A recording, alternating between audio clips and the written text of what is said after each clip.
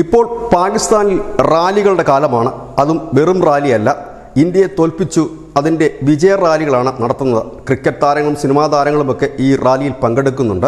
ഇതുകൂടാതെ ഇന്ത്യൻ പ്രധാനമന്ത്രിയും പ്രതിരോധ മന്ത്രിയുമൊക്കെ നമ്മുടെ വ്യോമത്താവളങ്ങളിൽ പോകുന്നതിനെ അനുകരിച്ചുകൊണ്ട് പാകിസ്ഥാൻ പ്രധാനമന്ത്രി ടാങ്കുകൾക്ക് മുകളിൽ നിന്ന് അഭിസംബോധന ചെയ്യുന്നതുമൊക്കെ നമുക്ക് അവിടുന്ന് കാണാൻ കഴിയും. അങ്ങനെ വിജയ ആഘോഷ റാലി നടത്തി ബലൂചിസ്ഥാനിലെ കൊറ്റ എന്ന് പറയുന്ന പ്രദേശം, ഈ പ്രദേശം കഴിഞ്ഞ ദിവസങ്ങളിൽ ബലൂച്ച് പോരാളികൾ പിടിച്ചെടുത്ത പ്രദേശമാണ്. അവിടുത്തെ സൈനിക കേന്ദ്രങ്ങൾ ഉൾപ്പെടെ വലിയ ആക്രമണത്തിന് ഇരയാകേണ്ടി വന്നു. അനവധി പാക് സൈനികർ കൊല്ലപ്പെട്ട ഇടമാണ്. ഇവിടെ പാക് സൈന്യത്തിൻ്റെ നേതൃത്വത്തിൽ ഒരു റാലി നടത്താനായി എത്തുകയും ആ റാലിക്ക് നേരെ വലിയ രീതിയിൽ തന്നെ ഗ്രനേഡ് ആക്രമണം ഉണ്ടാകുകയും ചെയ്തിരിക്കുന്നു എന്നുള്ളതാണ് ഏറ്റവും പ്രധാനപ്പെട്ട വാർത്ത.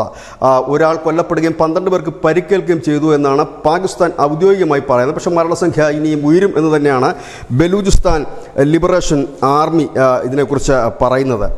ഞങ്ങളുടെ ഡെത്ത് സ്ക്വാഡ്, അതായത് ബലൂചിസ്ഥാൻ ലിബറേഷൻ ആർമി പാക് സൈന്യത്തിനെതിരെ ഉള്ള ആ ഒരു പോരാളികൾക്ക് ഇട്ടിരിക്കുന്ന പേര് ഡെത്ത് സ്ക്വാഡാണ്. അതായത് മരണത്തെ മുന്നിൽ കണ്ടുകൊണ്ട് മരണം ഭരിക്കാനും തയ്യാറായിട്ടുള്ള ഒരു ചാവേർ സംഘത്തെ അവർ രൂപീകരിച്ചിട്ടുണ്ട്. അങ്ങനെയുള്ള ഡെത്ത് സ്ക്വാഡാണ് ഇതിനെതിരെ ഈ സൈനിക ഘോഷയാത്രയ്ക്കെതിരെ അല്ലെങ്കിൽ വിജയാഘോഷ റാലിക്കെതിരെ ആക്രമണം നടത്തിയതെന്ന് BLAയുടെ വക്താവ് ജിയാൻ ബലൂച്ചി പറയും. അദ്ദേഹം പറഞ്ഞത്, ഇതിന് തൊട്ടു പിന്നാലെ തന്നെ ഞങ്ങൾ പാകിസ്ഥാൻ്റെ പല സൈനിക പോസ്റ്റുകൾക്ക് നേരെയും മറ്റിടങ്ങൾക്ക് നേരെയും വലിയ ആക്രമണം തന്നെയാണ് നടത്തിയത്. ഏതാണ്ട് 14ഓളം ഇടങ്ങളിൽ ഇന്നലെ മാത്രം പാക് സൈന്യത്തിനും പാക് സൈനിക വാഹന വ്യൂഹത്തിനും നേരെ ആക്രമണമുണ്ടായി.